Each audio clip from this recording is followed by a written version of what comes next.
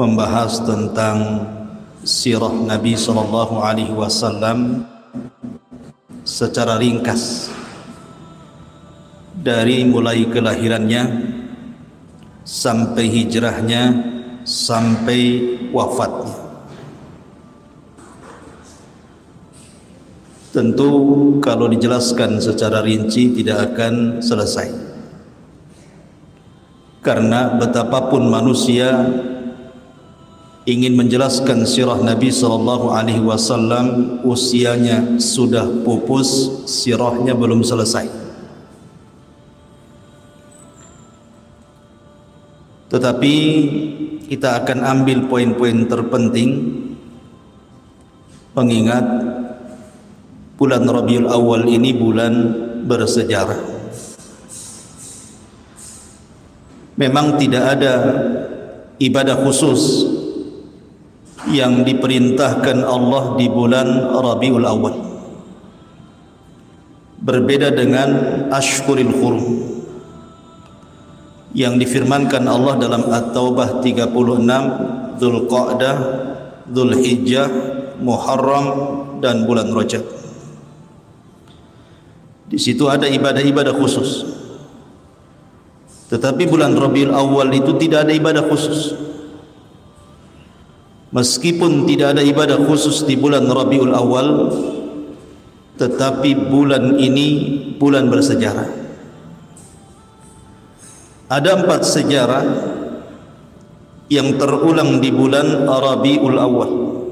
Semua sejarah besar. Pertama, lahirnya Nabi sallallahu alaihi wasallam. Yang kedua, hijrahnya Nabi sallallahu alaihi wasallam. Dan yang ketiga, wafatnya Nabi sallallahu alaihi wasallam. Dan yang keempat, diperselisihkan diangkatnya beliau menjadi nabi dan rasul. Ma'asyiral muslimin yang dimuliakan Allah Subhanahu wa taala, saya minta antum sabar, nanti mungkin agak lama sedikit ya malam ini karena sejarah Nabi cukup panjang, tetapi saya akan ringkas seringkas-ringkasnya. Di dalam Al-Qur'anul Karim ada 2 surat yang sangat pendek yang antum semua hafal. Pertama suratul Fil, dan yang kedua surah Quraisy. Yakin antum hafal surat ini karena paling pendek. Di dalam suratul Fil, Allah Subhanahu wa taala menggambarkan bagaimana Allah Subhanahu wa taala menghancurkan tentara Abrahatul Asram yang hendak menggempur Ka'bah. Dan Allah Subhanahu wa taala jadikan mereka ka'asfi ma'kul, seperti daun yang dimakan ulat. Tidak ada yang tersisa dari pasukan Abraha kecuali dibinasakan. Adapun yang hidup dan berhasil lari, mereka dikehendaki Allah untuk menceritakan kisah itu, tetapi juga berakhir dengan kebinasaan. Lalu apa tujuan Allah Subhanahu wa taala menghancurkan Abrahatul Asram di sebuah lembah yang disebut dengan Wadin Muhassir? Wad artinya lembah, Muhassir itu pengepungan, lembah pengepungan. Tujuan Allah Subhanahu wa taala menghancurkan Abrahatul Asram, tujuannya adalah li'ila fi Quraisy, ila fihim rihlatash syita'i was-sayf. Tujuannya untuk ilaf. Ilaf itu mempersatukan orang-orang Quraisy yang sebelumnya bercerai-berai. Dengan peristiwa Abrahatul Asram itu orang-orang Quraisy jadi bersatu, dan mereka diberikan nikmat oleh Allah Subhanahu wa taala dua nikmat yang sangat besar. Pertama, at'amahum min ju', yang kedua, wa amanahum min khauf. Pertama, Allah limpahkan rizkinya sehingga tidak ada orang kelaparan. Yang kedua, Allah berikan keamanan. Ma'asyiral muslimin yang dimuliakan Allah Azza wa Jalla, maka ketika Allah Subhanahu wa taala menghancurkan Abrahatul Asram, ya, karena Abraha tidak mungkin menghancurkan tanah haram, karena tanah haram adalah baladun amin, negeri yang sangat aman, yang Allah Subhanahu wa taala firmankan, wattini wazzaitun wa turi sinina wa hadzal baladil amin. Haram itu negeri aman, dan di situ akan lahir dari seorang wanita yang namanya Aminah. Aminah itu artinya aman. Seorang nabi, penutup para nabi dan rasul, yang membawa keamanan bukan hanya bagi penduduk Mekah, tetapi bagi seluruh manusia. Wa ma arsalnaka illa rahmatan lil alamin. Tidaklah kami utus engkau wahai Muhammad kecuali menebar rahmat. Di mana? Di seluruh semesta alam, jinnya ataupun manusianya. Makanya kalau kita lihat nama-nama yang terlibat di dalam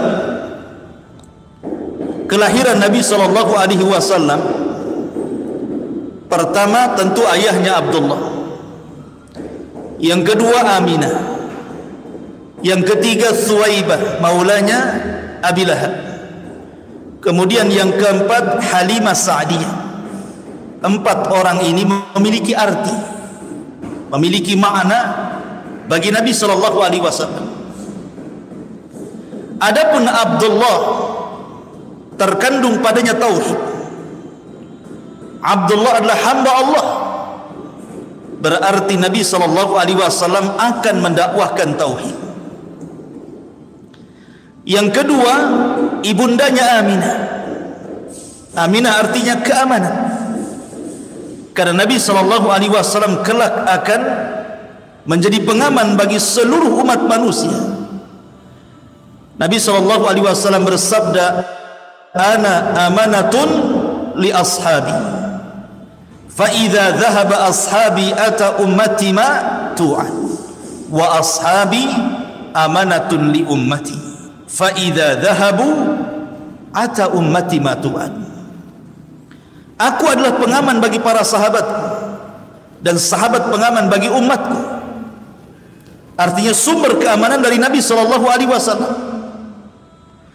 Kemudian juga Halimah Sa'diyah. Halimah itu artinya akhlak, kelembutan. Karena Nabi sallallahu alaihi wasallam diutus untuk memperbaiki akhlak manusia.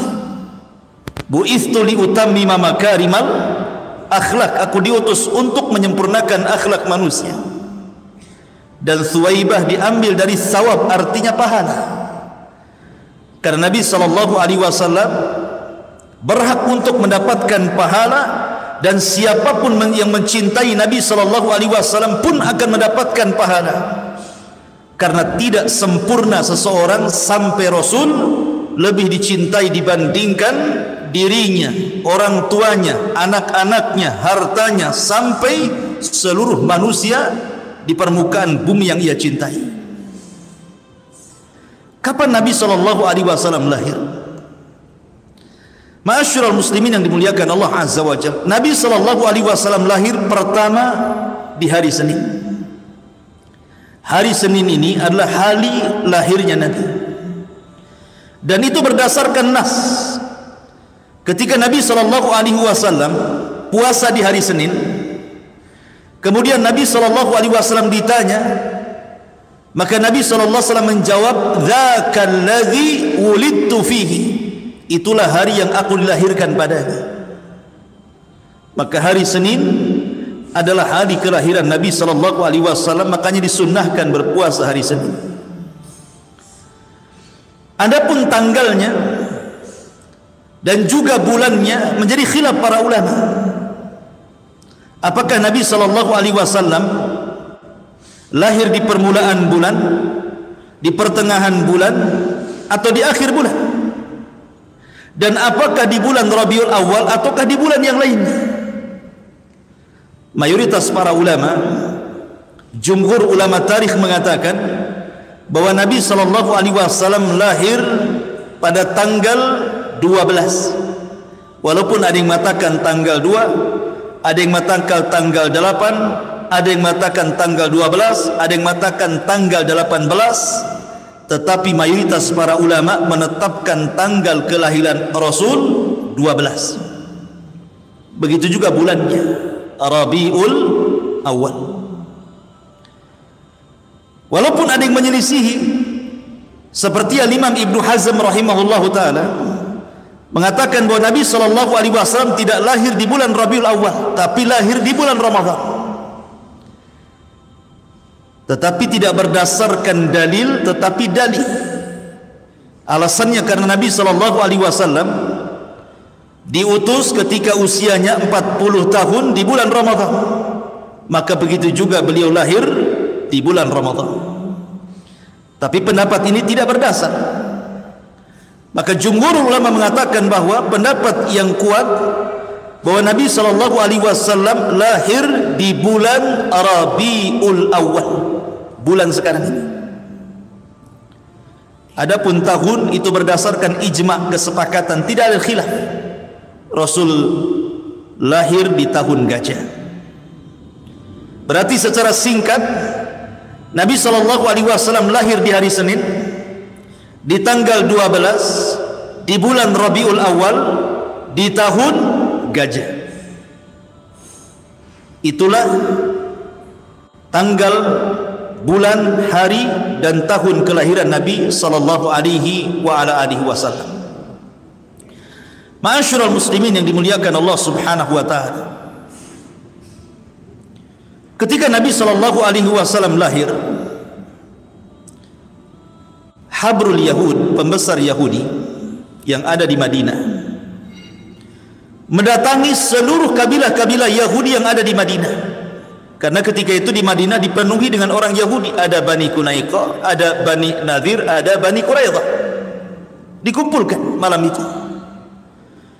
Kemudian habrul Yahud, pembesar Yahudi mengatakan, afikum maulud, apakah ada di antara kalian yang melahirkan seorang bayi? Rupanya tidak ada di malam itu yang melahirkan satupun dari orang Yahudi yang melahirkan bayi. Kenapa pembesar Yahudi ini keluar mengumpulkan orang-orang Yahudi? Karena di malam kelahiran Nabi SAW itu muncul bintang yang disebut dengan Najmu Ahmad, bintang Ahmad, dan itu tidak diketahui kecuali orang-orang Yahudi. Makanya kemudian pembesar Yahudi berkumpul, bertanya kepada orang-orang Yahudi, afikum maulud, apa di antara kalian ada yang dilahirkan dari anak-anak kalian? Kata orang yang tidak ada.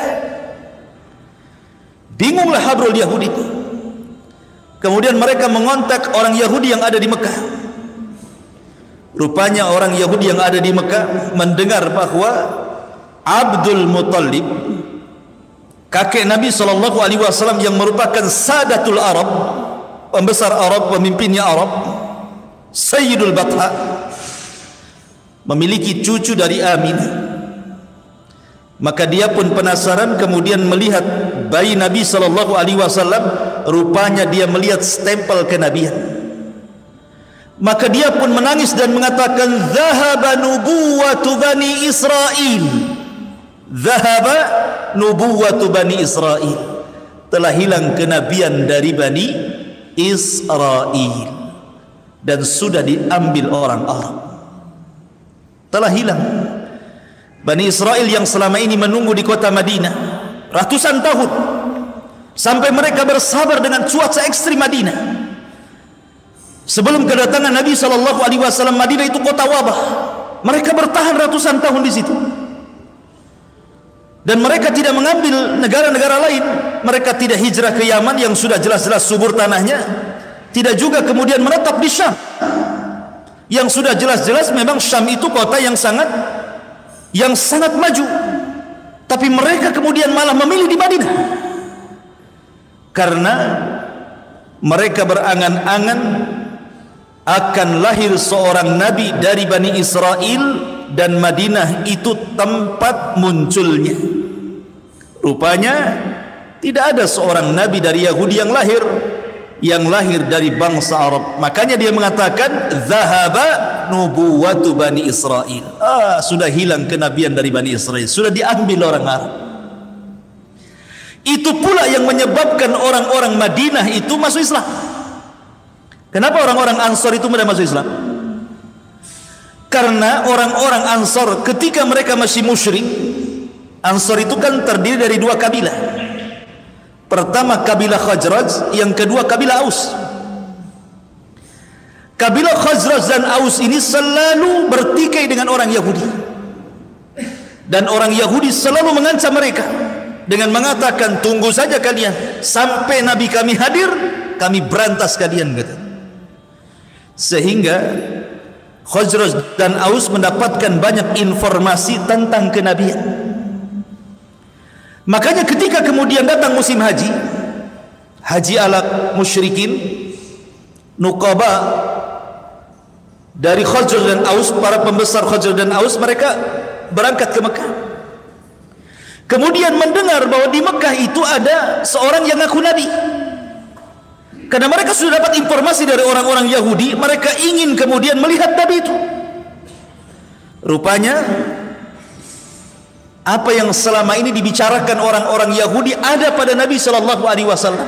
Sebab itulah mereka tidak ragu-ragu masuk Islam.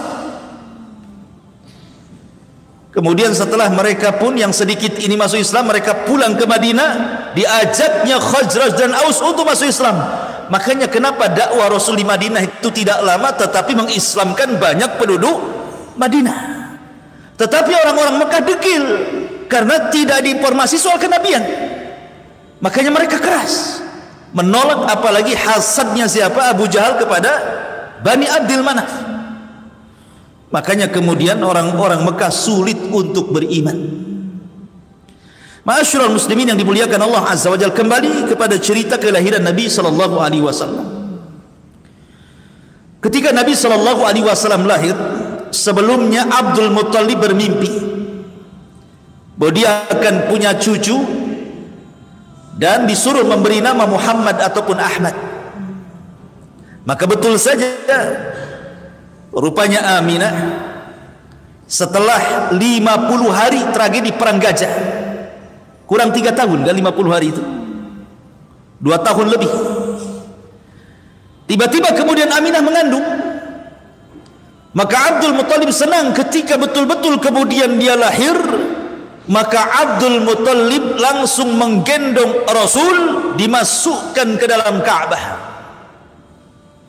Jadi Rasul itu awal maulud yang adkhala Abdul Muttalib al-Ka'bah. Jadi pertama lahir saja oleh Abdul Muttalib langsung digendong, dibawa ke dalam Ka'bah. Kemudian dia mengatakan, samaituhu Muhammadan, ku beri nama anak ini Muhammad ataupun Ahmad dalam Al-Quran. Kenapa? Tafa'ul. Karena tafa'ulan artinya nama itu kan doa. Mudah-mudahan bayi ini banyak dipuji manusia. Makanya jangan sembarang kasih nama. Kasih nama itu yang benar. Nama anaknya siapa Pak? Jupiter, komputer, itu bukan. Nama itu yang benar. Abdullah, ya, Abdurrahman, Muhammad, nama salah seperti nama Nabi. Ma'asyiral muslimin yang dimuliakan Allah Azza wa Jalla, selang beberapa waktu datanglah maradi. Karena kebiasaan orang-orang Arab itu, mereka kalau punya bayi tidak disusui sendiri ibunya. Jadi orang-orang kota itu supaya anaknya sehat, karena kalau hidup di kota banyak penyakit. Kemudian anaknya tidak terdidik, kemudian bahasanya kacau, kemudian kesehatannya terganggu. Makanya anak-anak orang kota, Rasul itu lahir di kota. Rasul itu lahir di kota. Tidak ada nabi yang dari desa, semua nabi itu orang kota. Bukan berarti merendahkan desa, tidak. Tapi semua nabi orang kota. Nah, Nabi SAW itu terlahir yatim. Karena Abdullah ketika safar ke Madinah terkena huma Yathrib, terkena wabah Yathrib. Mungkin di zaman sekarang macam corona lah. Karena Madinah dahulu itu penuh dengan wabah sebelum masuknya Rasul ke Madinah. Tapi setelah hijrahnya Nabi SAW ke Madinah, hilang wabah itu. Makanya disebut Madinatun Thayyibah, Madinah yang baik, tidak ada wabah lagi. Lah Nabi SAW akhirnya terlahir yatim karena Abdullah meninggal karena wabah. Dan Rasul itu seyatim-yatimnya anak yatim, karena ketika brojol saja dia tidak melihat ayahnya, karena ayahnya meninggal ketika Rasul 6 bulan dalam kandungan Aminah. Dari sini Allah Subhanahu wa taala firmankan, "Wadduha wal laili idza saja ma wadda'aka rabbuka wa ma qala", sampai kepada wa wajadaka yatiman fa'awa. Kami dapati engkau Muhammad dulu yatim, fa'awa, Allah yang melindungimu. Kalau Allah yang melindungi siapapun, tidak mungkin terlantar bayi itu, karena Allah menjamin dengan melindunginya. Maka siapapun yang dilindungi Allah tidak akan terlantar. Walaupun Nabi itu diasuh dari tangan ke tangan, tidak pernah terlantar hidupnya. Tiba-tiba kemudian datang maradi, orang-orang yang menawarkan untuk menyusui bayi dari kampung-kampung, dari kabilah-kabilah Badui. Datanglah kabilah dari Bani Sa'idah. Ketika seluruh orang melihat Nabi SAW, tidak ada yang mau mengambil. Alasannya yatim, kemudian fakir. Kalau saya mengambil anak ini, kemudian saya susui, saya rawat, saya jaga, dapat apa saya? Ibunya miskin, anaknya yatim, sehingga tidak ada satupun keluarga Badui yang mengambil Rasul untuk disusui. Rupanya ada satu orang yang telat datang, namanya Halimah Sa'diyah, orang paling miskin di desanya. Itu pun membawa atan, pakai unta yang kurus sekali. Lama jalannya kalau unta kurus itu, sehingga dia paling terakhir datang. Ketika seluruh kawan-kawannya, tetangga-tetangganya sudah mendapatkan bayi yang dibawa pulang ke kabilahnya, sudah tidak ada bayi lagi kecuali Rasul sallallahu alaihi wasallam. Mikir Halimah sudah yatim, miskin pula, tapi kemudian suaminya memastikan enggak apa-apa, bawa saja anak ini, mudah-mudahan ada berkah. Akhirnya kemudian Halimah pun setuju, setuju untuk membawa Nabi sallallahu alaihi wasallam. Dibawalah Nabi sallallahu alaihi wasallam ke kabilah Bani Sa'diyah, ke rumah Halimah Sa'diyah. Subhanallah, ketika Halimah membawa gadis itu, membawa Nabi itu, bayi itu, Nabi sallallahu alaihi wasallam betul-betul memberkah. Malamnya mereka itu sudah lelah, namanya dari perjalanan jauh, berhari-hari kan, menuju kota, apalagi miskin, tidak punya makanan. Tiba-tiba ketika mereka mengambil bayi Nabi sallallahu alaihi wasallam, subhanallah, kambing yang dibawanya, orang-orang dulu kan kalau bawa bekal kan bawa kambing, ya, kalau lapar disembeli, karena makanan pokoknya orang Mekah itu daging kambing. Beda dengan Madinah, kurma.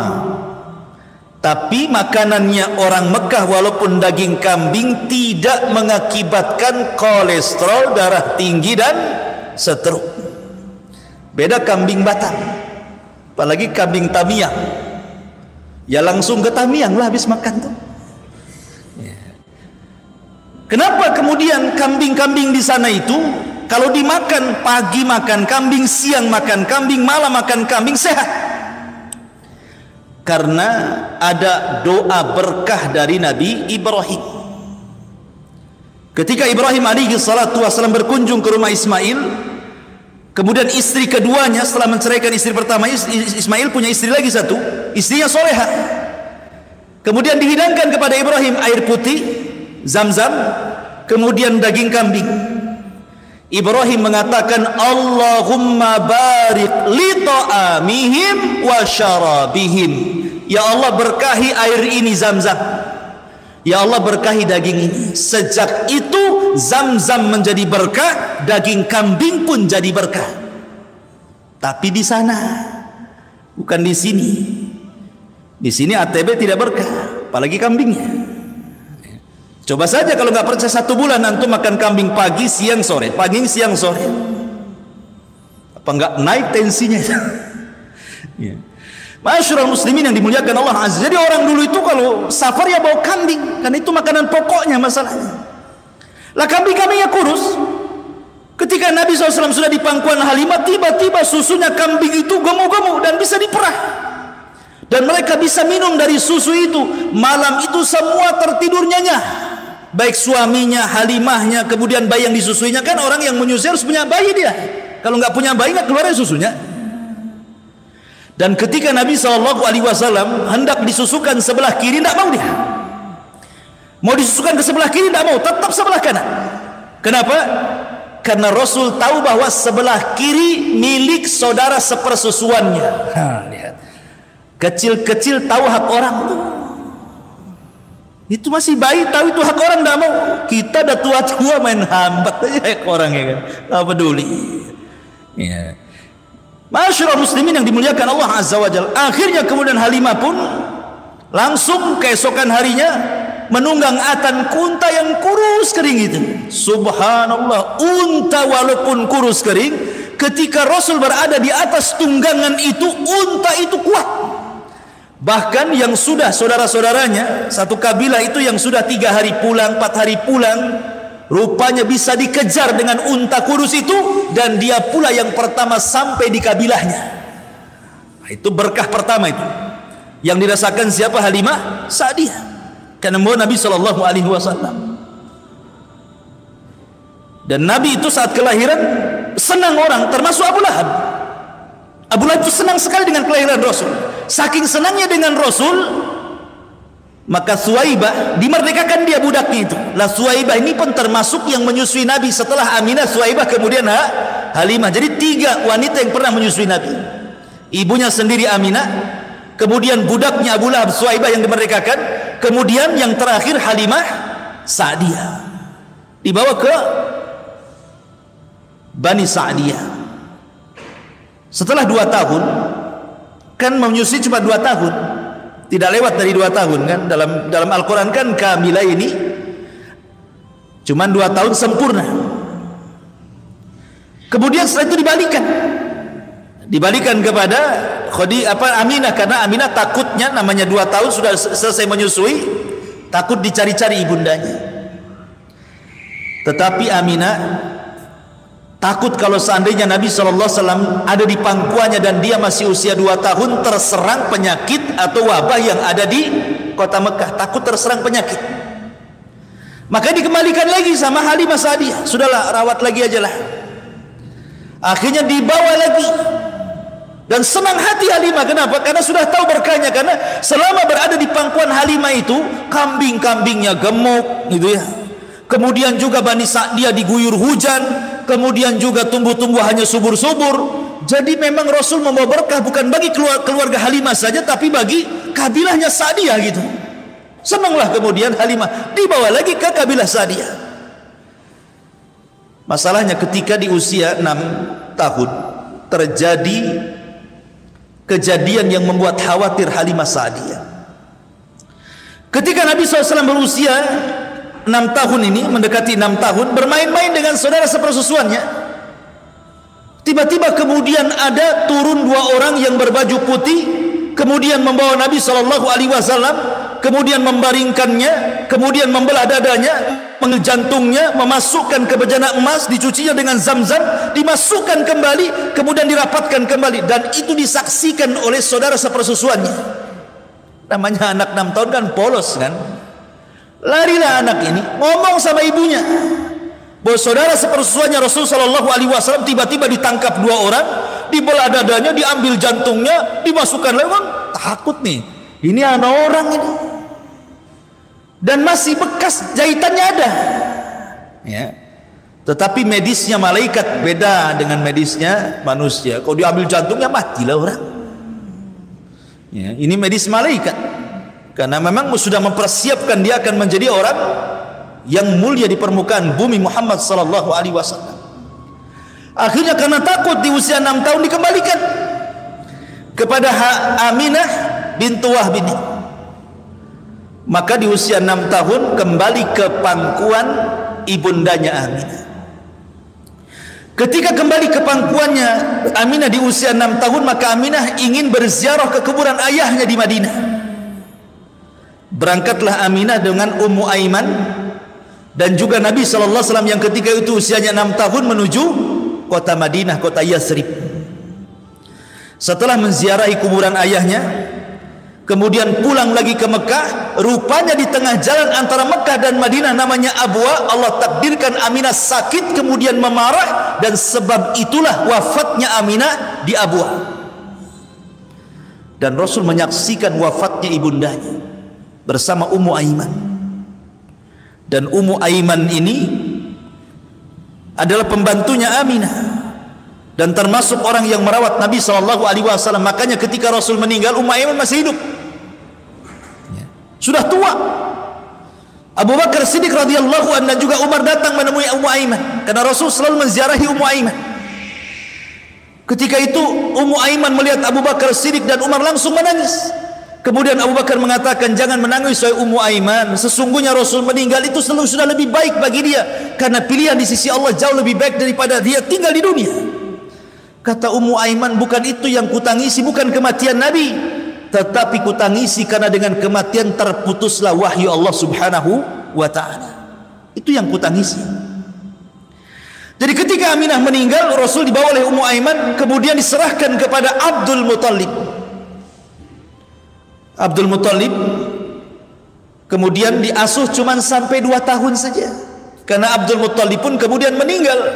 Berarti Nabi di usia 88 tahun sudah ditinggal, meninggal ibunya, kemudian kakeknya akhirnya di usia 8 tahun diasuh oleh pamannya Abu Talib. Abu Talib.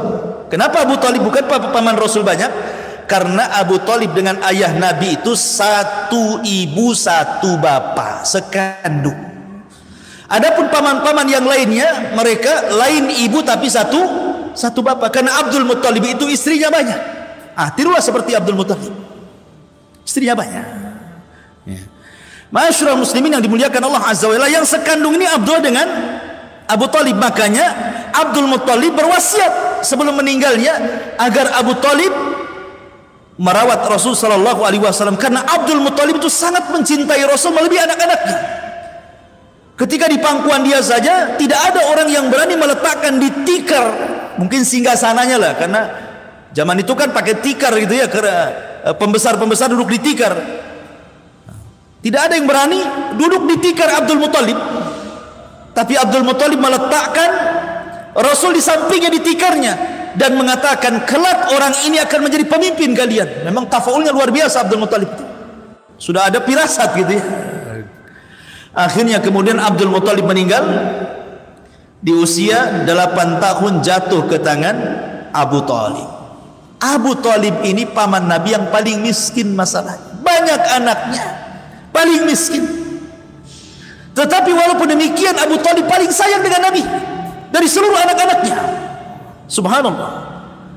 Itulah jaminan Allah Subhanahu wa taala, wa wajadaka yatiman fa'awa. Allah dapati engkau yatim dan Allah akan menjagamu. Dan kalau siapapun yang dijaga Allah, tidak mungkin Allah sia-siakan.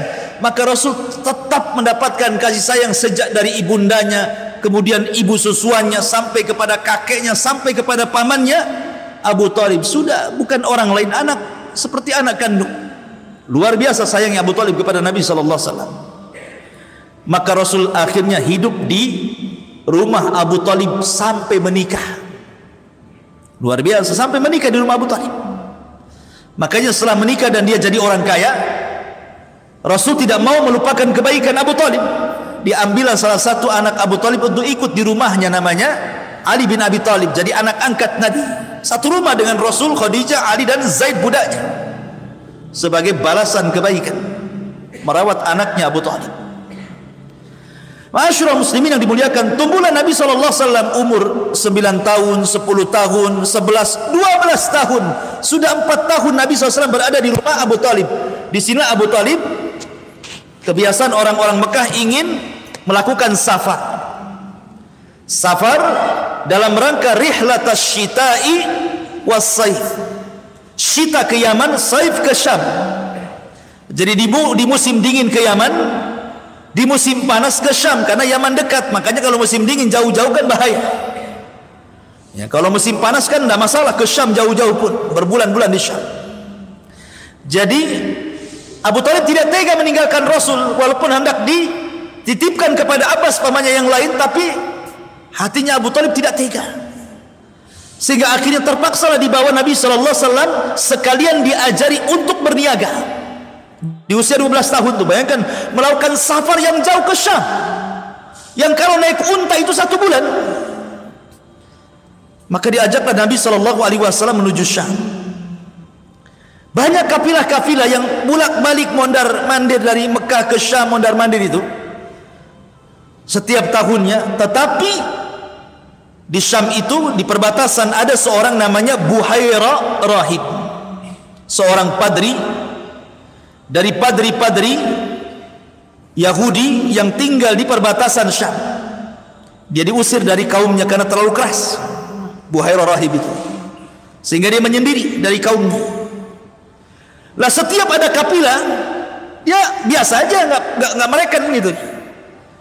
Tetapi ketika dia melihat tanda-tanda yang selama ini dia pelajari dari kitab-kitabnya, dia baca dari kitab-kitab lamanya, bahwa akan lewat di hadapannya seorang nabi, maka dia terus memperhatikan kafilah-kafilah itu, sampai akhirnya ketika melihat kafilah Abu Thalib dihentikan sama Buhaira Rahib itu. Kemudian diajak makan, tumben-tumbennya dia ngajak makan. Kemudian diajak makan, dijamunya Abu Thalib dan rombongannya. Ketika itu Nabi SAW perintahkan untuk menjaga kafilah untanya. Kemudian Buhaira Rahib mengatakan, adakah yang tersisa dari engkau? Kata Abu Thalib, ada, anakku namanya Muhammad, dia sedang menjaga unta. Kata Buhaira Rahib, panggil anak itu kemari, makan di sini. Akhirnya ketika melihat Nabi SAW, Buhaira itu langsung terperanjat. Apalagi kemudian melihat tanda-tanda kenabian yang ada di bahunya. Maka langsung Buhaira bertanya kepada Abu Thalib, ini anak siapa? Kata Abu Thalib, ini anak saya. Kata Buhaira Rahib, bohong. Anak ini tidak punya bapak dan tidak punya ibu. Kok tahu? Ya karena baca kan ya. Orang-orang Yahudi itu mengenal Nabi yang akan lahir lebih mengenal dibandingkan anak-anak mereka. Ya'rifunahu kama ya'rifuna abna'ahum. Makanya Abu Thalib akhirnya ngaku, ya, dia bukan anakku tapi anak dari saudaraku. Dari situ kata Buhaira Rahib, tahukah engkau ya Abu Thalib, anak ini akan menjadi sejarah dunia dan akan jadi nabi. Sebaiknya kau jangan meneruskan perjalanan ke Syam, sebab kalau orang-orang Yahudi Syam mengetahui dia calon nabi, pasti dibunuh karena hasadnya mereka. Rupanya nabi mereka yang ditunggu-tunggu bukan dari Bani Israel, orang Arab pula. Bisa dibunuh anak ini, bawa balik. Karena yang ngomong tokoh, Abu Thalib takut lah kan itu kan. Kalau ngomong orang biasa mikir deh, ini yang ngomong Buhaira Rahib, seorang rahib besar kan itu. Akhirnya Abu Thalib pun tidak jadi membawa Nabi ke Syam, balik lagi ke Mekah di usia 12 tahun. Maka Abu Thalib hanya berdagang tanpa Nabi SAW. Lah ketika Nabi SAW di usia 12 tahun inilah, maka Nabi SAW berusaha mencari pekerjaan. Karena memang rata-rata pekerjaan orang miskin, orang susah di zaman itu ya jadi penggembala kambing. Cari orang kaya yang banyak kambingnya, kemudian dirawat kambingnya, kemudian ngambil upah dari hasil rawatannya. Kayak di kampung lah ya, pamannya antum punya sapi, dirawatkan ke orang, nanti kalau anak lahir 2, nanti yang satu untuk kita yang punya sapi, yang satu untuk yang merawatnya, kan begitu. Di kampung-kampung kan begitu biasanya, bagi hasil dia. Maka Nabi SAW bekerja kepada para orang-orang kaya yang banyak kambingnya. Makanya Nabi mengatakan, ma min nabi illa wara'al ghanam. Tidak ada satupun nabi kecuali penggembala kambing, pernah menjadi penggembala kambing. Lah ketika Nabi menjadi penggembala kambing, inilah masyhur akhlak Nabi. Mulai terkenal akhlak Nabi sejak Rasul menjadi penggembala kambing ini. Dikenal kejujurannya, dikenal amanahnya, dikenal akhlaknya. Karena di usia remaja, seusia Nabi SAW itu, kalau di zaman jahiliyah, mereka terbiasa minum khamar, terbiasa main perempuan, terbiasa maksiat kepada Allah Azza wa Jal, terbiasa ngomong ucapannya kotor-kotor gitu ya. Tapi Nabi SAW tidak pernah mendekati sebagaimana gaya hidup anak-anak remaja di zaman itu. Rasul tidak pernah memegang botol khamr, Rasul tidak pernah mencaci maki, Rasul tidak pernah mengeluarkan kata kotor, Rasul tidak pernah berzina, Rasul tidak pernah maksiat gitu ya. Dia hanya sibuk dengan kambingnya. Maka mulailah terkenal akhlaknya Rasul di saat itu. Ketambah-tambah ketika musim kawin, musim menikah gitu kan. Kan banyak acara-acara walimah di mana-mana, walimatul arus itu. Ya kayak kita juga lah, walimatul arus itu kan kalau zaman dulu ya pakai organ tunggal, kalau nggak nyewa organ tunggal nggak sah kayaknya. Harus nyewa organ tunggal dulu ya. Harus ada minumannya, malamnya judi gitu ya. Kalau orang-orang dulu itu. Maka Rasul SAW diajak kawannya, ayo kita datanglah ke walimah. Rasul tidak mau. Kalau begitu maka kalau engkau tidak mau pergi bersama kami Muhammad, ya sudah, kami titipkan kambing-kambing kami. Maka sejak itulah Rasul jadi penitipan kambing. Ya. Jadi kambing-kambingnya kalau ada acara itu dititipkan kepada Rasul. Subhanallah, tidak ada satupun kambing hilang, tidak ada satupun kambing yang dimakan serigala, tidak ada satupun kambing yang sakit. Sejak itu dikenal amanahnya. Akhirnya bukan hanya kambing saja dititipkan, mulailah kemudian orang-orang Quraisy menitipkan barang. Kalau mereka safar, menitipkan uang kepada Rasul, karena dikenal amanahnya. Maka sejak itu Rasul dikenal di halayak orang umum Sadiqul Amin. Orangnya sadik, jujur, lagi amanah. Terkenal di akhlaknya itu. Tidak pernah maksiat, tidak pernah minum khamar, tidak pernah mengucapkan kata-kata kotor. Pokoknya akhlaknya luar biasa dan dipuji oleh orang-orang Quraisy itu tentang akhlaknya Nabi SAW. Makanya kenapa Abu Lahab itu suka dengan Nabi, sampai-sampai kemudian dua putranya disuruh menikah dengan dua putri Nabi sebelum diangkat jadi Nabi ya. Tapi setelah diangkat jadi Nabi, jadi musuhnya pula kan gitu ya. Disuruh ceraikan Utbah dan Utaibah, menceraikan Ruqayyah dan Ummu Kulsum untuk menyakiti hati Nabi. Ma'asyiral muslimin yang dimuliakan Allah Subhanahu wa taala. Maka ketika Nabi SAW sudah dewasa, di usia 14 tahun, Nabi itu mengikuti satu peperangan yang disebut dengan perang Fijar. Ada namanya perang Fijar yang mengatakan di usia 15 tahun terjadi perang Fijar. Perang Fijar ini diambil dari Fijar itu karena fujur. Fujur itu artinya fajir, kejahatan. Fa'alhamaha fujuraha wa taqwaha. Allah mengilhamkan yang jahat dan yang takwa gitu ya.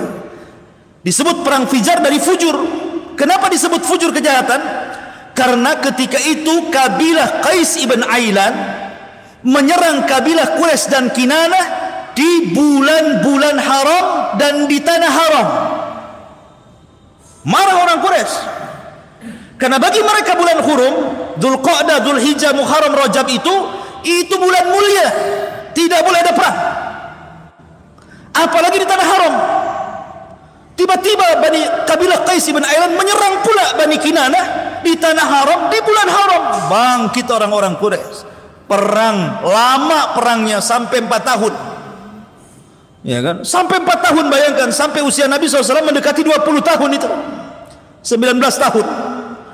Perang Fijar itu Nabi ikut serta itu membela orang-orang Quraisy dengan menyediakan senjata. Ya. Artinya bahwa Nabi SAW sudah dididik oleh Allah Subhanahu wa taala untuk menjadi pahlawan perang. Ya, jadi sejak muda itu sudah disiapkan bahwa dia kelak jadi Nabi akan perang juga gitu ya. Makanya sudah disiapkan oleh Allah Azza wa Jalla, ada perang Fijar namanya. Lah setelah kemudian perang Fijar ini, selang beberapa waktu setelahnya bersusul ada tragedi namanya Hilful Fudul namanya. Apa Hilful Fudul itu? Hilful fudul itu artinya, hilf itu sumpah. Fudul itu artinya melampaui kewenangan, itu disebut fudul. Kalau orang banyak ucapan, banyak ngomong itu namanya fudulul kalam, banyak ngomong. Tetapi yang dimaksud mencampuri kewenangan orang, karena ketika itu ada orang yang dizalimi. Sebenarnya bukan urusan kabilah Quraisy, bukan. Tapi karena ingin menolong orang yang dizalimi, akhirnya masuk ke masalah itu. Karena ada seorang laki-laki dari Zabidi Yaman, kabilah Zabid namanya. Itu hendak mengirim barang dagangan kepada seorang laki-laki namanya Al-As ibn Wail As-Sahmi. Al-As ibn Wail As-Sahmi. Dia mesen barang kepada seorang laki-laki dari Yaman namanya Zabidi. Sudah dikirim barangnya, nggak mau bayar. Kurang ajar nggak? Ya. Jadi sudah diambil barangnya, nggak mau bayar. Akhirnya laki-laki dari Yaman Arab ini, dari Zabid ini, pergi ke Mekah. Kemudian berdoa di hadapan Ka'bah. Lah di sekitarnya ada pembesar-pembesar Quraisy. Maka ketika mendengar doanya, karena dia merasa dizalimi, bangkitlah tokoh-tokoh Quraisy membela anak muda ini dari kabilahnya Al-As ibn Wail As-Sahmi itu. Maka mereka pun sepakat kompak untuk membela orang ini. Makanya disebut hilful fudul namanya. Hilaf itu sumpah untuk menolong, fudul itu seolah-olah keluar dari wewenangnya, karena sudah, kenapa ikut campur? Karena ini orang yang dizalimi harus tolong. Akhirnya kemudian mereka sepakat, termasuk Rasul ikut dalam hilful fudul. Makanya Rasul ketika diangkat jadi Nabi dan Rasul, kalau seandainya terulang hilful fudul, aku akan terlibat di situ. Karena itu sumpah setia untuk menolong orang yang dizalimi. Unsur akhaka zaliman aw madluman, kata Rasul. Tolong saudaramu yang zalim, artinya cegah kezalimannya, dan orang yang dizalimi tolong mereka. Terjadi hilful fudul. Ma'asyiral muslimin yang dimuliakan Allah Azza wa Jalla, baru setelah terjadi hilful fudul, Nabi SAW ketika di usia 20 tahunan, akhlaknya itu sudah luar biasa, itu kedengar kemana-mana. Didengarlah oleh seorang wanita yang sangat suci, yang gelarnya disebut Tahirah, wanita suci. Kenapa disebut wanita suci? Karena walaupun Islam belum ada, tapi wanita ini sudah menutup aurat, suka pakai hijab, namanya Khadijah bintu Khuwailid. Mendengar ada anak muda, akhlaknya bagus, dipuji orang Quraisy, kata Khadijah, ini bagus juga ini untuk diajak kerjasama. Karena selama ini Khadijah ini seorang janda, pernah menikahi dua laki-laki dan cerai dua-duanya dan punya anak. Ya. Dan banyak para pembesar Quraisy ingin melamar Khadijah, tapi ditolaknya. Karena Khadijah itu orang kaya, kaya sekali.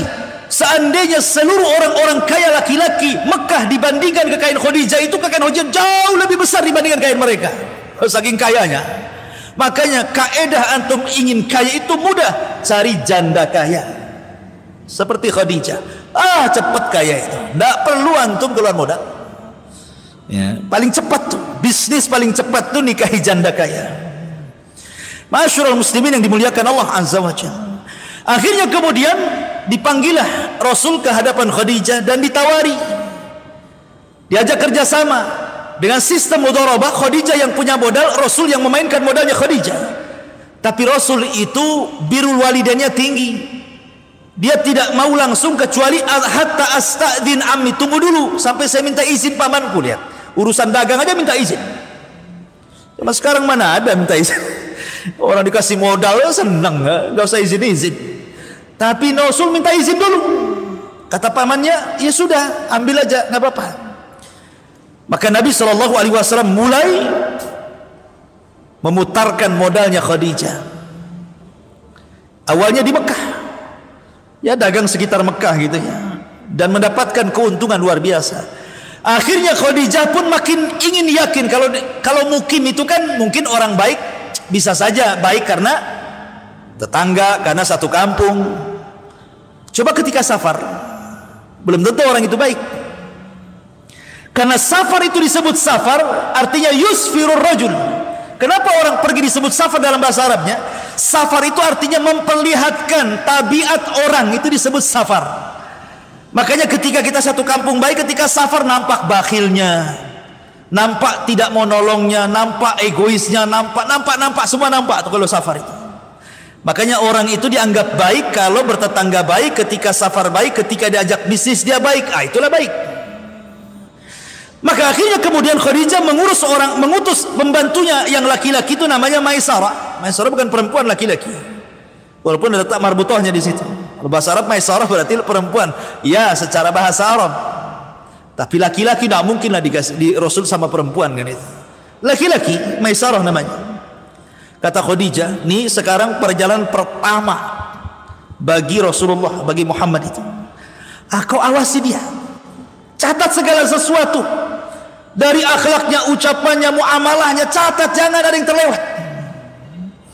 Maisarah pun berangkat bersama Rasul, membawa dagangan besar dari Khadijah, kemudian berangkat ke Syam, dicatat semua apa tingkah laku Rasul, kemudian pulang dari Syam, disetorkan. Masya Allah, Maisarah memuji Rasul sejak awal sampai akhir. Bahkan keajaiban-keajaiban di tengah jalan yang awan menaungi dirinya sepanjang jalan selama bersama Muhammad, yang batu dan pohon mengucapkan salam, macam-macam lah. Maka dari situlah Khadijah mulai tertarik dengan Rasulullah. Maka ketika Nabi SAW sudah beberapa tahun bekerja dengan Khadijah, Khadijah mulai terpincut ingin menikah dengan Nabi SAW. Maka dia mengutus Nafisa saudaranya, ya Nafisa, cobalah kau tanya itu Muhammad itu, mau enggak dia nikah sama saya? Karena enak kalau ditaksir janda kaya. Ini enggak kita yang ngejar-ngejar janda, jandanya tak ngejar kita. Akhirnya kemudian kata Nafisa, wahai Muhammad, tidakkah kau menikah? Kau kan sudah usia 25 tahun, sudah dewasa, menikahlah. Karena orang Arab itu kan biasa menikah muda masalahnya. Makanya perempuan di zaman dulu itu muda-muda. Aisyah saja nikah dengan Rasul kan 6 tahun kan itu ya. Baru digauli 9 tahun. Jadi masih muda-muda. Jadi 25 tahun itu sudah waktunya menikah. Kata Rasul, dengan siapa saya harus menikah? Mau nggak kamu menikah dengan Khadijah? Kata Rasul, mikir dia. Tunggu dulu. Saya minta izin pamanku. Lihat, minta izin terus dia. Dia nggak pernah diputuskan. Ya. Sekarang kalau seandainya antum di posisi Nabi, ketika kemudian antum dikatakan, itu ada janda cantik, kaya raya, wah hartanya banyak, mau nggak kamu nikah? Dia naksir kamu, bukan naksir dia, kamu bukan naksir dia. Saya kira nggak ada izin orang tua itu. Kapan? Ya kan, tahu-tahu pulang udah banyak anak saja kan. Subhanallah ya. Rasul itu birrul walidain. Ya, dia tetap minta izin sama pamannya dia. Setelah pamannya mengetahui, senang pamannya. Akhirnya kemudian pamannya yang melamarkan Rasul kepada Khadijah.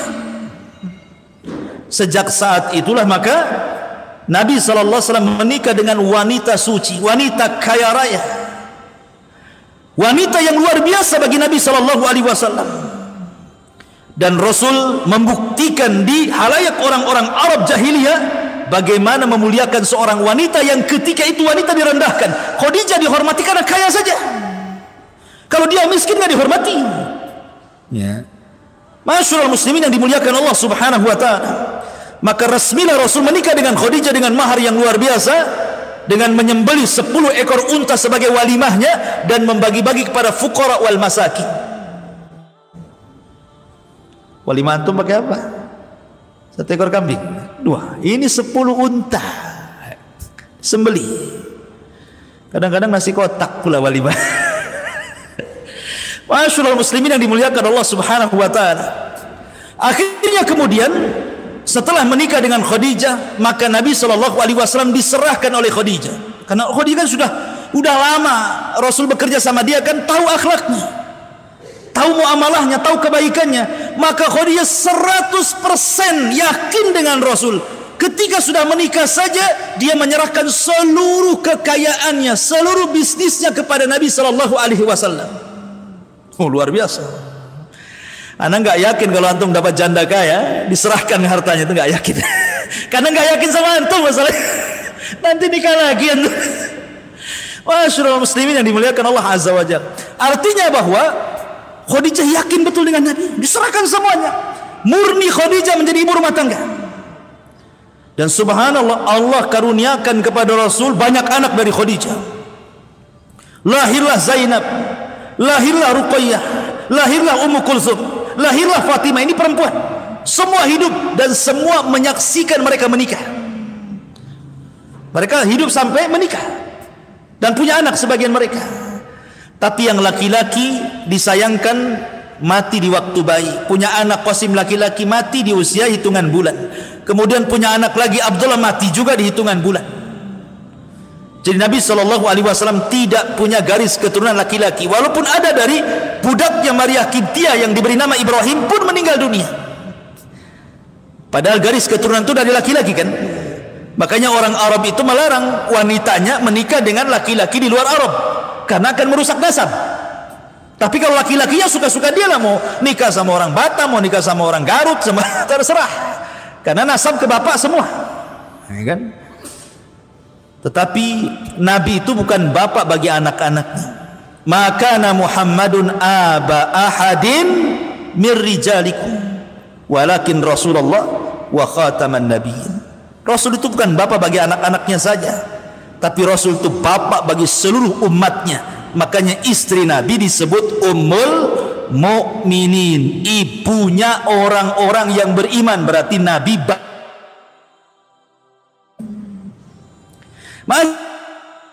Masyaallah muslimin yang dimuliakan Allah Azza wa Jalla. Setelah kemudian menikah dengan Khadijah dan dia memainkan perannya seorang bisnismen, maka makin kaya, makin kaya, makin kaya. Disitulah Rasulullah SAW akhirnya berjumpa dengan Abu Bakar, berjumpa dengan Utsman, berjumpa dengan Abdurrahman bin Auf, berjumpa dengan para pembisnis hebat, ulung-ulung itu. Karena Rasul juga orang kaya, pembisnis juga, sehingga mereka kadang safar bersama ke Syam, safar ke Yaman. Rasul dikenal bukan hanya orang kaya saja, tapi akhlaknya luar biasa. Jarang orang kaya akhlaknya bagus. Jarang orang kaya orangnya dermawan gitu. Nabi itu luar biasa terkenal akhlak dan juga kekayaannya. Lah ketika Nabi sudah di puncak suksesi loh, kesuksesan dia, di puncak kesuksesannya, di usia ya sekitar 37 tahun. Ya, sebelumnya Rasul juga pernah menyatukan bangsa Arab ketika Ka'bah roboh kan. Ya, kemudian setelah dibenahi, perang nih, orang-orang ribut dengan Hajar Aswad. Siapa yang meletakkan nih Hajar Aswad nih? Kata kabilah ini saya, kata kabilah ini saya. Akhirnya ditengahi. Sebaiknya yang meletakkan batu ini, tunggu siapapun yang datang dari pintu sebelah sana, maka dia yang berhak. Rasul datang dari pintu itu. Ya. Akhirnya Nabi SAW dengan kecerdasannya, sudahlah ambil kain, letakkan batu di tengah kain, kalian pegang satu-satu di ujung-ujung kain, kan sama-sama ngangkat namanya. Disatukan kabilah-kabilah itu. Ya. Dan dulu Masjidil Haram bukan Masjidil Haram namanya. Ya. Dulu juga Masjidil Aqsa bukan Masjidil Aqsa namanya. Dulu namanya Al-Bait. Masjidil Aqsa disebut Baitul Maqdis. Sejak turun surah Al-Isra itulah, Subhanalladzi asra bi abdihi lailan minal masjidil haram ilal masjidil aqsa. Sejak itulah Al-Bait disebut Masjidil Haram dan Baitul Maqdis disebut Masjidil Aqsa. Ya, sejarahnya seperti itu. Nah, Nabi SAW akhirnya karena sudah kaya sekali gitu, tetapi melihat akhlak orang-orang Arab ini bejat masalahnya. Dia tidak tenang hidupnya. Melihat orang-orang masyarakat jahiliyah suka mabuk, suka zina, suka makan bangkai, ya, memutus silaturahim, macam-macam lah kan. Jadi Rasul berpikir gitu ya. Maka Nabi SAW mulai ingin tahanut, ingin menyendiri. Di usia 37 itu dia mulailah ke Mina. Kadang-kadang 1 bulan di Mina, kadang-kadang 1 bulan di Muzdalifah. Sampai akhirnya ketika usianya 40 tahun, tepat di bulan Ramadan, Nabi menemukan tempat yang sangat tinggi sekali, yang Mekah nampak dari atas. Namanya Gua Hira. Rupanya ketinggian Gua Hira itu memiliki makna hissi wa maknawi. Artinya hissi bahwa Nabi berada di ketinggian, bahwa dia akan menjadi orang yang paling tinggi di seluruh bangsa Arab. Dan secara maknawi, dia akan menjadi seorang Nabi yang akan memimpi bukan hanya bangsa Arab, tetapi seluruh bangsa-bangsa di dunia. Disitulah Rasul di bulan Ramadan selama 1 bulan tinggal di Gua Hira. Khadijah bolak-balik ngantar makan. Maka ketika tanggal, ada yang mengatakan 27 Ramadan, ya, karena Al-Quran turun itu di akhir 10 akhir Ramadan. Keliru ada orang yang mengatakan nuzulul Quran itu tanggal 17. Karena tanggal 17 itu tidak ada Lailatul Qadar.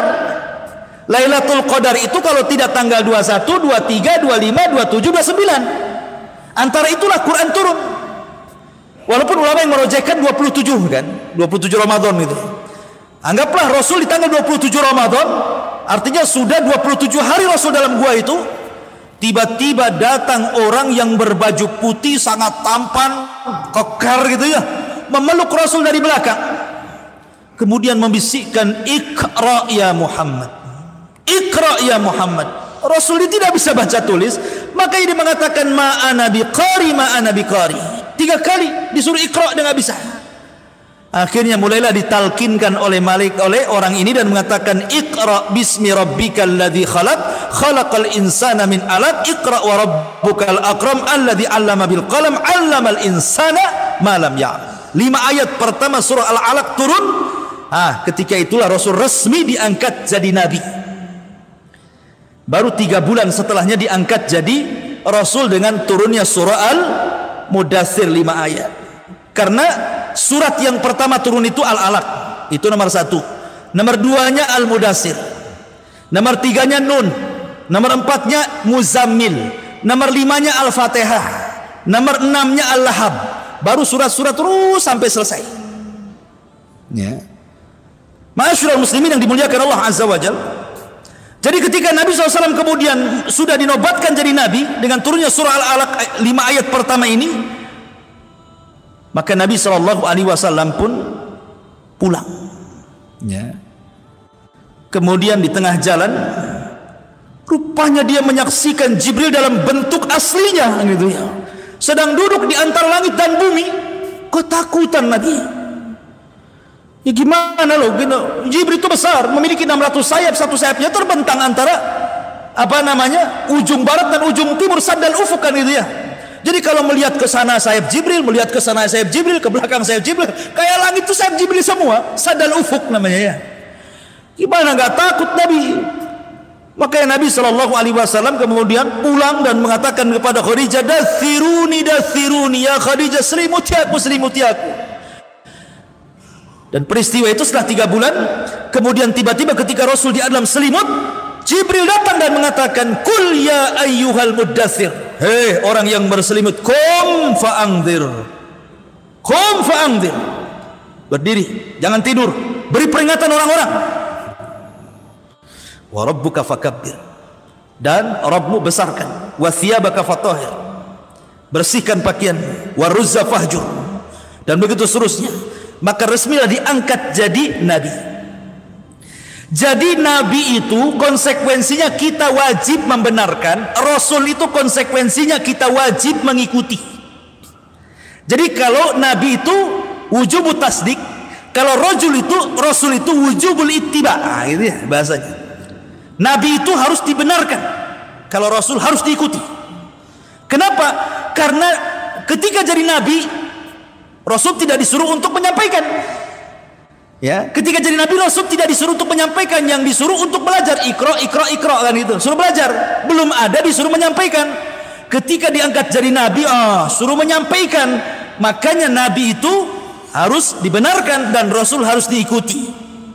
Makanya kenapa ada istilah ikhlas wal ittiba namanya. Kita harus ikhlas dan harus ittiba, mencontoh Nabi SAW. Masyarakat muslimin yang dimuliakan Allah Azza wa Jalla, dan itu di usia 40 tahun. Dari sini faedahnya bahwa usia Rasul kenapa tidak diangkat ketika di usia 20 tahun?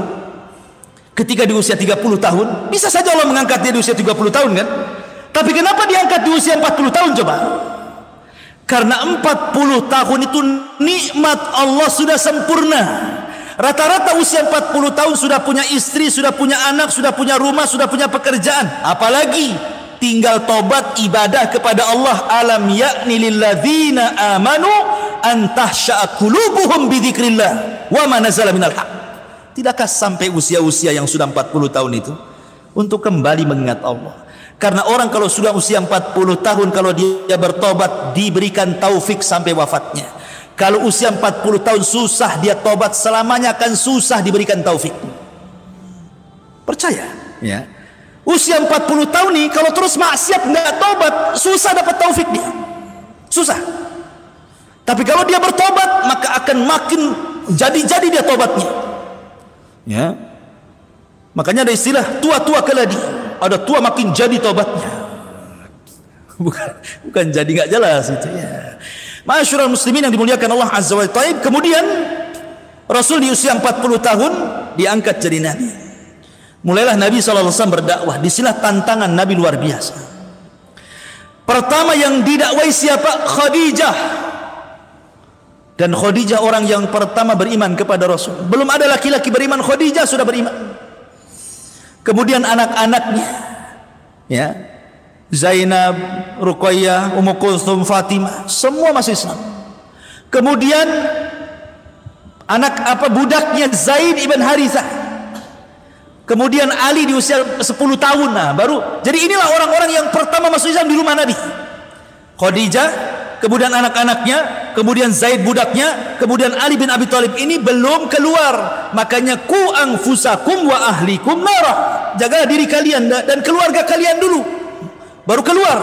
Baru setelah itu keluar dapat Abu Bakar. Inilah Abu Bakar nih yang pertama dapat nih. Dan Abu Bakar luar biasa. Ketika melihat Nabi diajak masuk Islam saja, tidak ada keraguan. Satu-satunya sahabat yang masuk Islam, tidak ada keraguan, cuma Abu Bakar. Yang lainnya masih mikir, betulkah dia Nabi? Jangan-jangan bukan. Tengok dulu, dengerin dulu, gitu ya. Kalau Abu Bakar enggak, ya karena Abu Bakar sudah jadi kawan Nabi sejak zaman jahiliyah, tahu akhlaknya. Dan Abu Bakar juga pernah bertemu dengan Buhairah Rahib. Kemudian Abu Bakar bermimpi dan mimpinya diceritakan kepada Buhairah Rahib saat safarnya. Kemudian kata Buhairah Rahib, wahai Abu Bakar, engkau akan menjadi wazir, menteri seorang Nabi. Dan Abu Bakar baru menceritakan mimpinya ketika menjadi khalifah. Makanya dia nggak ragu-ragu untuk masuk ke dalam Islam. Abu Bakar itu langsung asyhadu an la ilaha illallah wa annaka rasulullah. Mantap ya. Baru Abu Bakar nyari yang lain, cari Utsman bin Maz'un. Kata Abu Bakar, ayo masuk Islam. Utsman, ayo masuk Islam. Abdul, semua 10 sahabat yang dijadikan masuk surga itu kebanyakannya masuk Islam di tangan Abu Bakar. Mulai Utsman masuk Islam karena Abu Bakar, Talha masuk Islam karena Abu Bakar, Zubair masuk Islam karena Abu Bakar, Abdurrahman bin Auf masuk Islam karena Abu Bakar, Abu Ubaidah bin Jarrah masuk Islam karena Abu Bakar. Luar biasa Abu Bakar itu ya. Dia ngajak kawan-kawannya. Dan orang yang diajak Abu Bakar Islam ini bukan orang biasa. Semua orang terpandang, semua orang-orang pilihan, pembisnis, orang-orang kaya ya.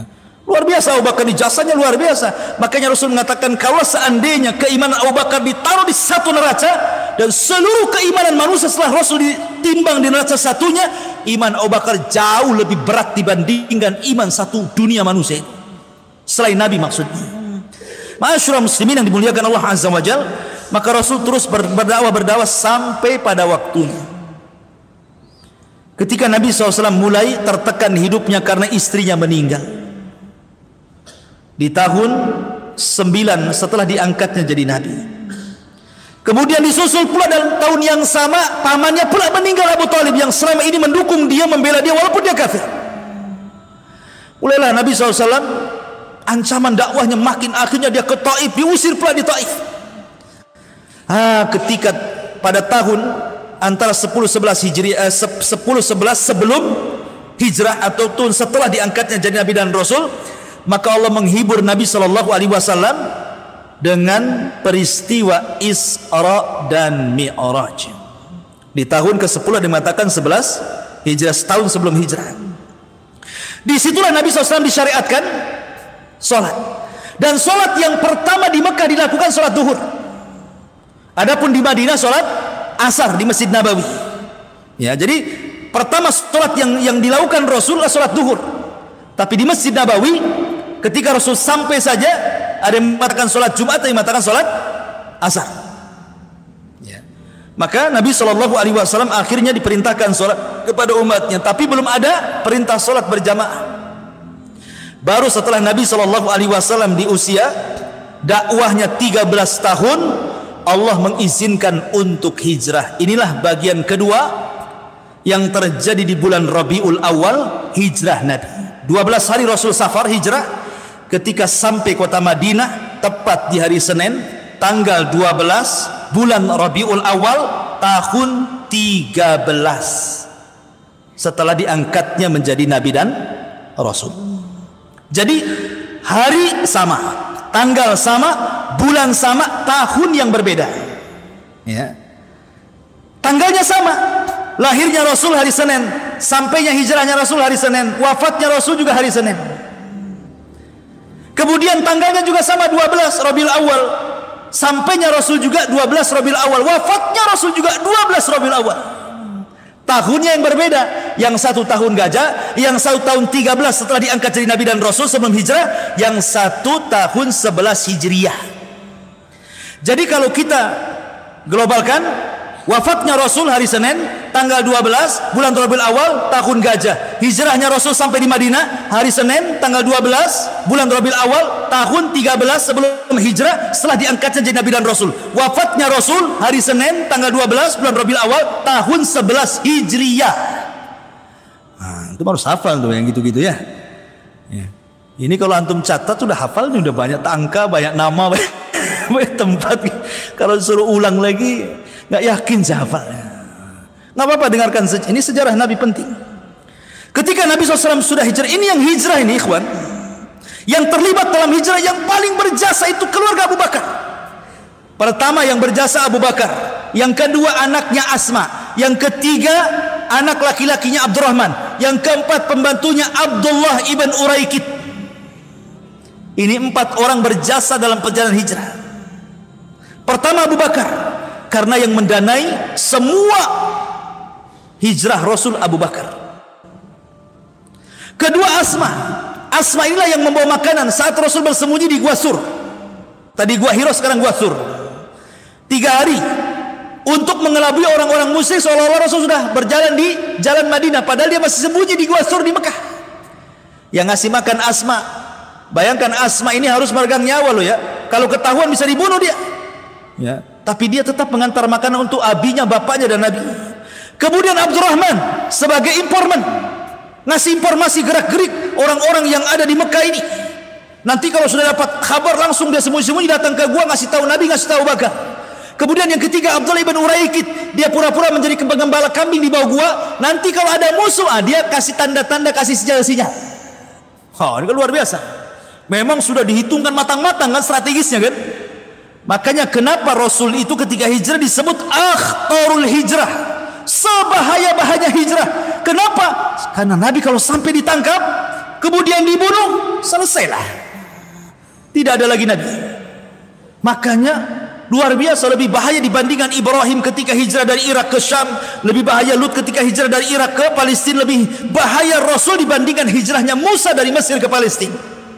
Maka Rasul itu akhtarul hijrah, sebahaya-bahayanya hijrah ya.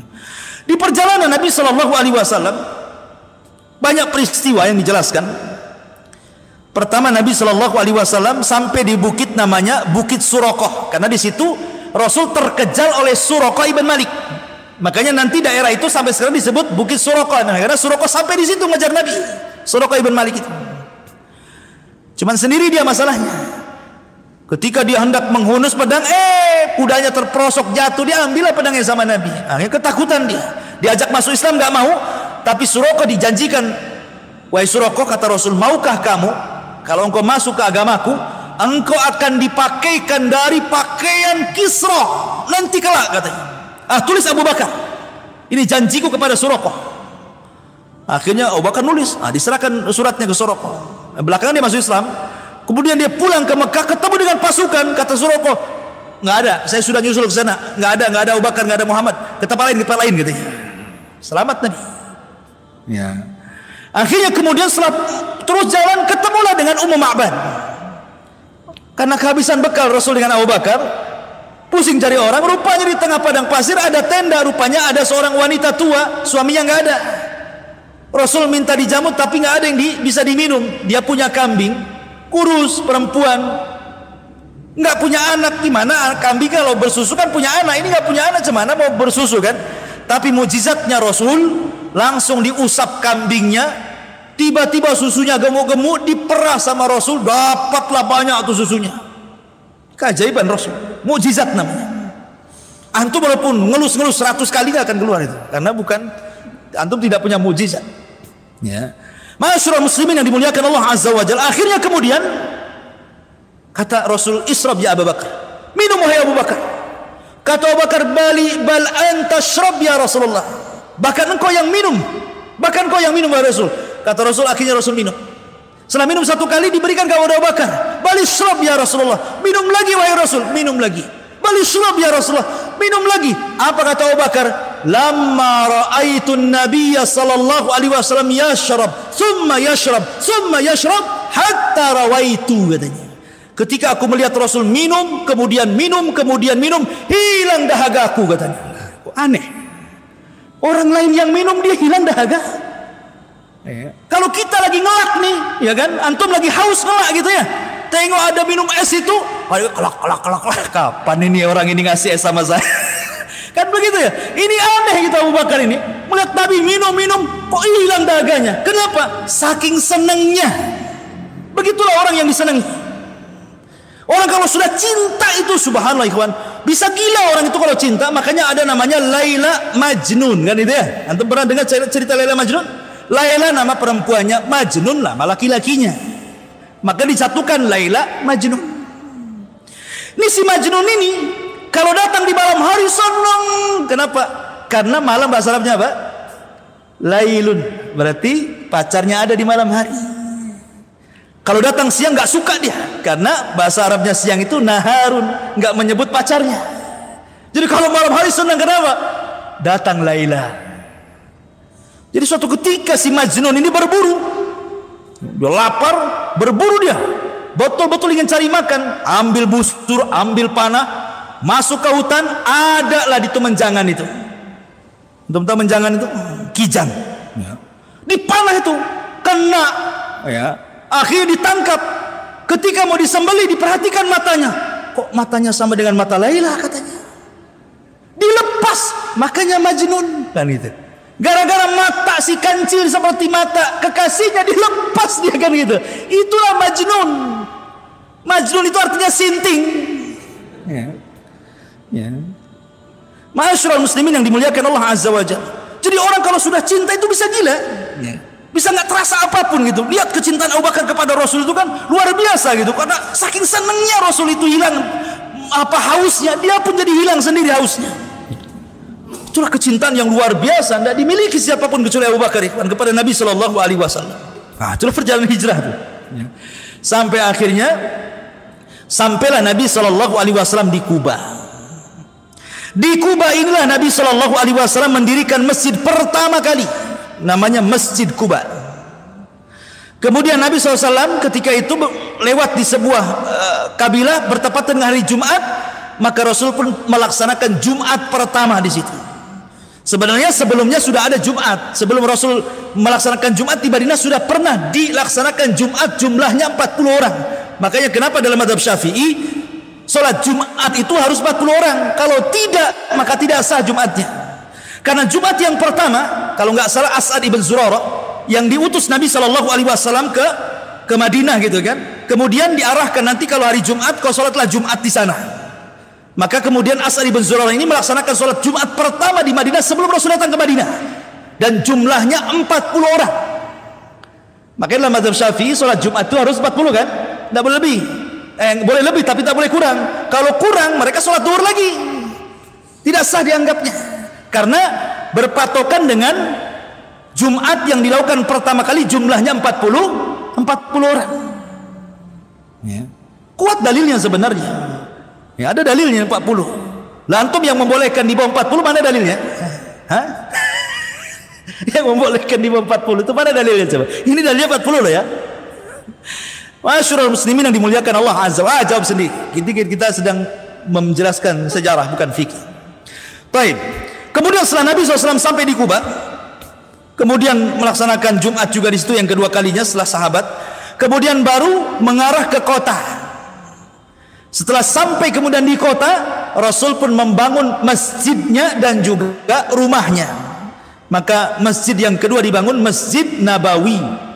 Ya, yang pertama Masjidil Haram pahalanya luar biasa. Antum sholat di Masjidil Haram itu sama satu kali sholat di sana 100.000 kali sholat di Muhajirin. Maka gitu ya. Antum sholat sekali saja sholat duhur di sana, berarti sama dengan sholat duhur di Muhajirin ini 100.000 kali sholat duhur di sini. Kan itu. Makanya sayang kadang-kadang saya ini heran orang yang umroh haji diperbanyak jalan-jalan loh di sana itu. Umroh memang sebentar saja 2 jam selesai kelar umroh itu. Loh kenapa visanya 10 hari gitu kan? Jalan-jalan. Dia nggak mikir sholat satu kali sholat di Masjidil Haram itu sama dengan 100.000 kali sholat kan? Coba kok dia pakai sholat terus berapa banyak tuh pahalanya tuh? Di Masjid Nabawi kurang 500 kali sholat. 1.000 kali sholat, afan. Baru di Masjid Aqsa 500.